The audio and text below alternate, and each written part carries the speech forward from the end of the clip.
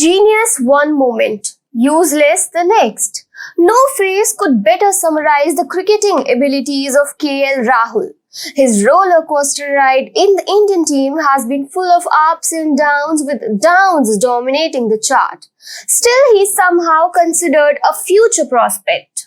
Hi and welcome to TFI English, the national socio-political analysis arm of the TFI Media Group. I'm your host Tanya. If you're watching us on Facebook, give our page a like, and if you're watching us on YouTube, like the video and subscribe to the channel. Coming back to the story, in this video, I will tell you why there is not much time left for KL Rahul. Let's begin. On the Sunday evening of 28th August, India was somehow able to crush Pakistani spirit by handing them a 5-wicket loss. But the recurrent problems refuse to disappear. One of them is KL Rahul's dull performance. Even against Pakistan, he was bowled on the first ball. The fact that the shot he played was not an irresponsible hoik but rather a dab cast a shadow of doubt on his rise as a mega star.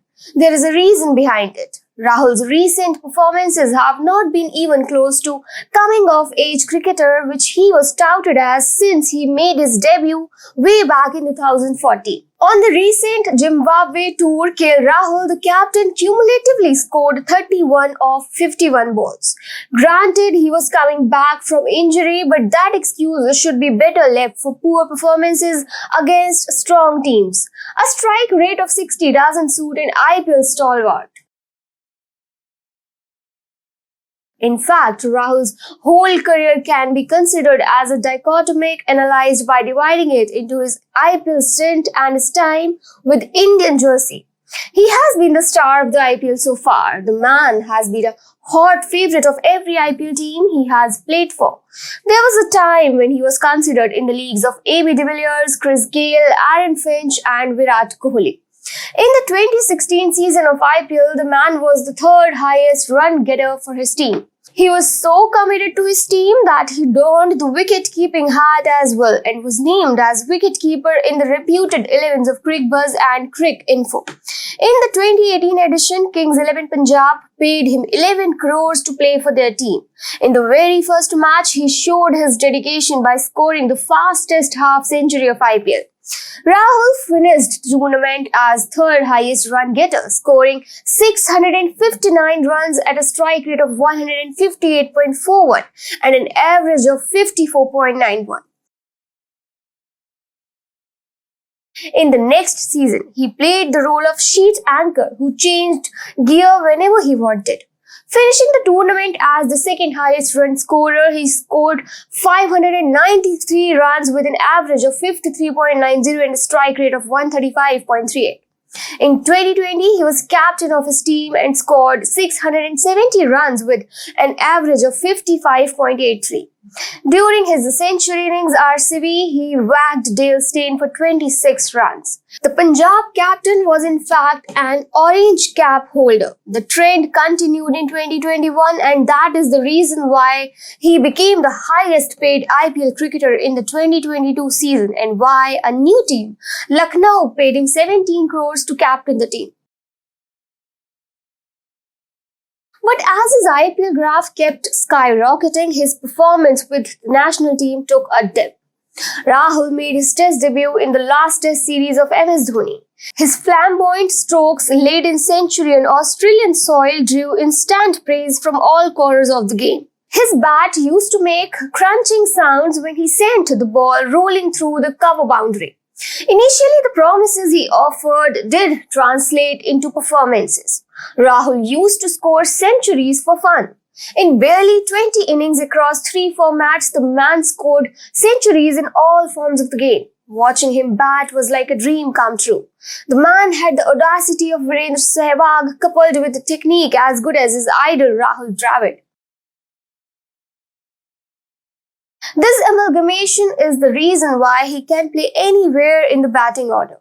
For 4 years since his debut, Rahul was given time to nurture himself and that is why his successes made more headlines than failures. The bad reputation he used to get due to his failures with the national team was compensated by the praises he got during 2 months of entertainment he provided in IPL. But World Cup was itching in and Rahul needed to assure selectors, and he did with a T20 century against England in July 2018. But a few months later, he was suspended due to his undisciplined participation in Karan Johar's show. Things have never been the same since then, except for his IPL journey, of course. Somehow he was drafted into the World Cup team. Rahul did score well, but his performances were not flawless and as impactful as they used to be. Since that World Cup, he has never been consistent. Compared to the IPL average of 48.01, Rahul averages only nearly 40 for India in T20s. Even in ODIs, which is considered his saving grace, he averages 45. Again, not a big mark in favorable batting conditions. The situation gets grimmer in Test. Rahul, who was once considered a technically sophisticated Test specialist, has a paltry average of 35.38 in 5-day games. However, there is one shining light in these numbers. Rahul is not known for capitalizing on weak opponents. If he is in form, he'll thrash Steyn, and if he's not, he'll get dismissed by a part-timer as well. Apart from his IPL performances, this is the only thing which goes in favor of Rahul. That is why selectors still show faith in him and are slated to replace Rohit when he hangs his captaincy boots. He has in fact shouldered this responsibility on more occasions than one. But that is not enough when you see his batchmates from 2010 Under-19 World Cup. These players include stalwarts like Joe Root, English Test captain Ben Stokes, their one-day captain Josh Buttler, and Australians Josh Hazlewood and Adam Zampa, among others. All these players command the respect of the team only because they have been reliable players for their team. But even after nearly a decade, Rahul is not a reliable batsman for his national team, though he is highly rated in the IPL.